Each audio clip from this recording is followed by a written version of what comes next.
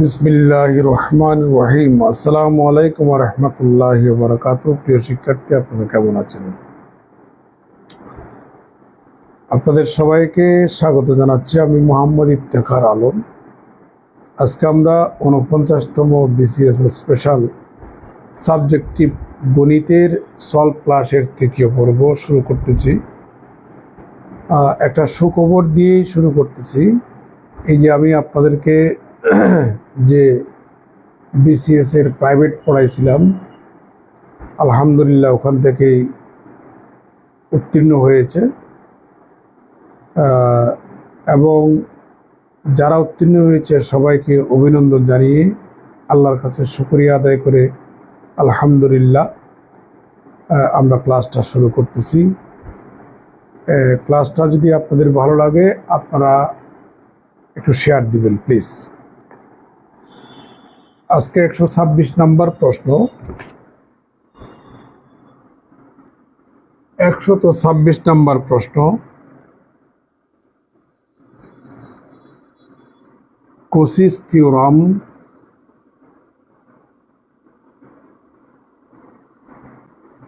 এর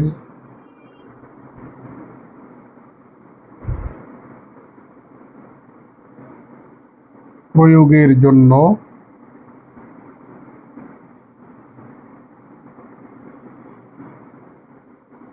কোন শর্তটি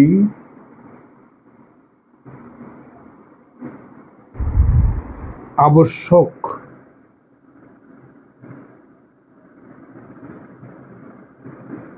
পূরণ করতে হবে।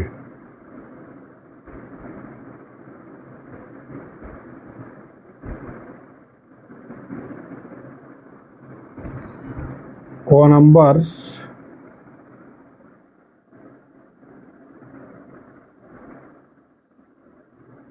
ফাংশনটি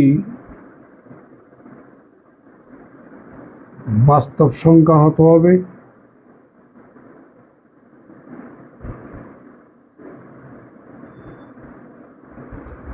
খ নাম্বার,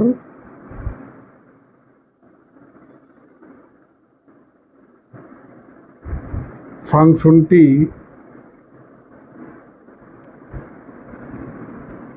শূন্য হতে হবে। গ নাম্বার,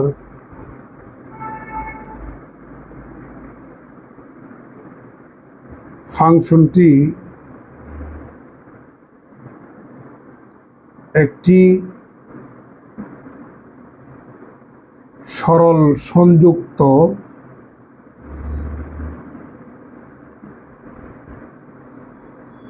অঞ্চলে অ্যানালাইটিক হতে হবে।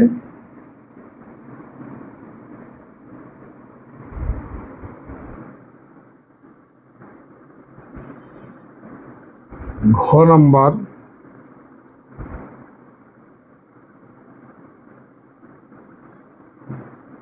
ফাংশনটি বিভব ফাংশন হতে হবে।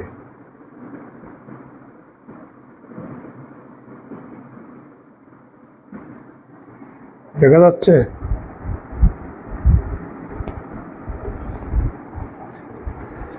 আমি প্রশ্নপত্র থেকে সবগুলা প্রশ্ন খাতায় তুলেছি, কারণ ওই প্রশ্নপত্রে প্রশ্নগুলো এত ছোট ছিল, চোখে দেখা অসম্ভব ছিল। এই জন্য খাতায় তুলে ওখান থেকেই আপনাদেরকে পড়াচ্ছি। আপনারা জানেন যে কোসিস থিওরাম নামে একটা থিওরাম আছে, যেটাকে আমরা কোসিস ইন্টিগ্রাল থিওরাম বলি। এটাকে অনেক সময় কোসিস বুরশার্ট থিওরামও বলা হয়। এটি কমপ্লেক্স ইন্টিগ্রেশনের যে একটা অধ্যায় আছে, ওই অধ্যায়ের একটা থিওরাম। ওই অধ্যায়ে আপনি কোসির উপরে আরও বেশ কিছু জিনিস পাবেন, যেমন Cauchy's theorem, Cauchy's integral formula, Cauchy's inequality. তারপরে আপনি এর পরবর্তী অধ্যায়ে পাবেন কোসিস রেসিডিউ থিওরাম। উনি কমপ্লেক্স অ্যানালাইসিসের উপরে কোশির যথেষ্ট কাজ করেছেন। তাহলে আমাদেরকে এখানে এই প্রশ্নের মধ্যে বলল যে কোসিস থিওরাম প্রয়োগের জন্য নিচের কোন শর্তটি পূরণ করা দরকার। চারটা অপশন। ফাংশনটি বাস্তব সংখ্যা হতে হবে, দ্বিতীয় নম্বর ফাংশনটি শূন্য হতে হবে, তৃতীয় নম্বর ফাংশনটি একটি সরল সংযুক্ত অঞ্চলে অ্যানালাইটিক হতে হবে, চতুর্থ নম্বর হচ্ছে ফাংশনটি বিভব ফাংশন হতে হবে। আপনাদেরকে যে আমি কোসিস থিওরাম পড়াইছিলাম ওখানে স্টেটমেন্টে লেখা ছিল আমার সেই কমপ্লেক্স ফাংশনটি সিম্পল কানেক্টেড রিজিয়নে অ্যানালাইটিক হতে হবে। তার মানে আমাদের গ নাম্বার। যদি ওই শর্ত ফুলফিল করে ওই রিজিয়নের ভিতরে একটা ক্লোজড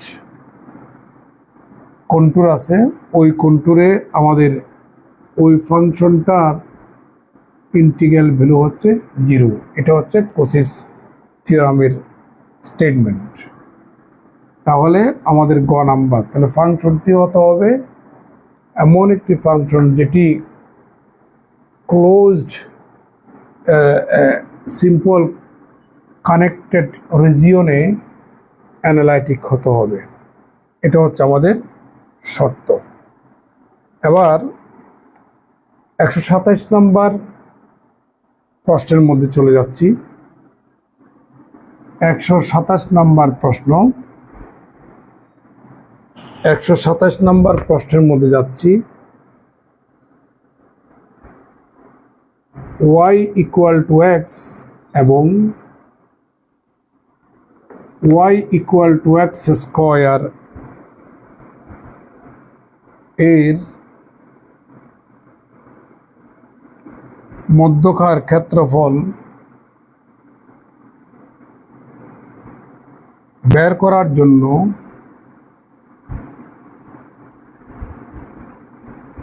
করার জন্য কোনটি সঠিক?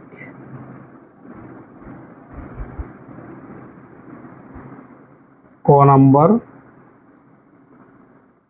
0 থেকে 1 x minus x square dx. খ নাম্বার 0 থেকে 1 x square minus x dx. গ নাম্বার 0 থেকে 1 x plus x square dx. ঘ নাম্বার 0 থেকে 1 x into x square dx. কোন অপশনটি সঠিক? আমাদের ব্যাখ্যার মধ্যে কি আছে একটু দেখিনি। আপনারা দেখতে পাচ্ছেন?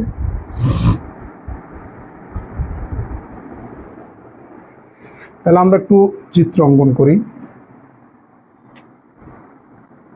আমরা প্রথমে এই দুটা, এটা সরল রেখা, এটা বক্ররেখা। একঘাতী সমীকরণ, সরল রেখার সমীকরণ এবং সমমাত্রিক, তার মানে সেই মূল বিন্দু দিয়ে যাবে। আর এটাও মূল বিন্দুগামী একটা বক্ররেখা উত্তলাকৃতি, যেহেতু ঘাত একের অধিক। এটা একটা প্যারাবোলা। তাহলে এই সরল রেখা এবং এই বক্ররেখা আমরা একটু সমাধান করি। আপনি y এর ভ্যালু x এখানে বসাই দেন। x equal to x square or x square minus x equal to 0। সুতরাং এক্স ইকুয়াল টু 0 এবং 1। আপনি এই মানগুলো যখন এখানে বসাবেন তাহলে y এর মান 0 পাবেন, 1 পাবেন। তাহলে দুটা বিন্দু পাচ্ছি, x comma y equal to 0 0, আর একটা হচ্ছে 1 1। এটা হচ্ছে এক্স অক্ষ, এটা ওয়াই অক্ষ। y ইকুয়াল টু এক্স, এটা মূল বিন্দুগামী সরল রেখার সমীকরণ, যার ঢাল হচ্ছে 1, অর্থাৎ এক্স এবং ওয়াই অক্ষের ঠিক মাঝখানেই যাবে। আর y equal to x square, এটা মূল বিন্দুগামী একটা বক্ররেখা, যেটার শেপটা এরকমই হবে। তাহলে এটা হচ্ছে আমাদের 1 1 বিন্দু, এটা হচ্ছে আমাদের 0 0 বিন্দু। এটা হচ্ছে y ইকুয়াল টু এক্স, আর এটা হচ্ছে y equal to x square. তার মানে এই রিজিয়নটার ক্ষেত্রফল যদি আপনি বের করতে চান, নিচের কোনটা দিয়ে আপনি বের করবেন? তাহলে ক্ষেত্রফল বের করার ফর্মুলা হচ্ছে এই যে লোয়ার লিমিট। দেখুন, আপনি এই রিজিয়নটার উপর একটা টর্চ লাইট জ্বালিয়ে দেন, আলোটা যখন এই রিজিয়নটার উপরে পড়বে তাহলে ছায়াটা এক অক্ষের উপরেই পড়বে একটু পর্যন্ত। তাহলে এই বিন্দুটার স্থানাঙ্ক হবে 10,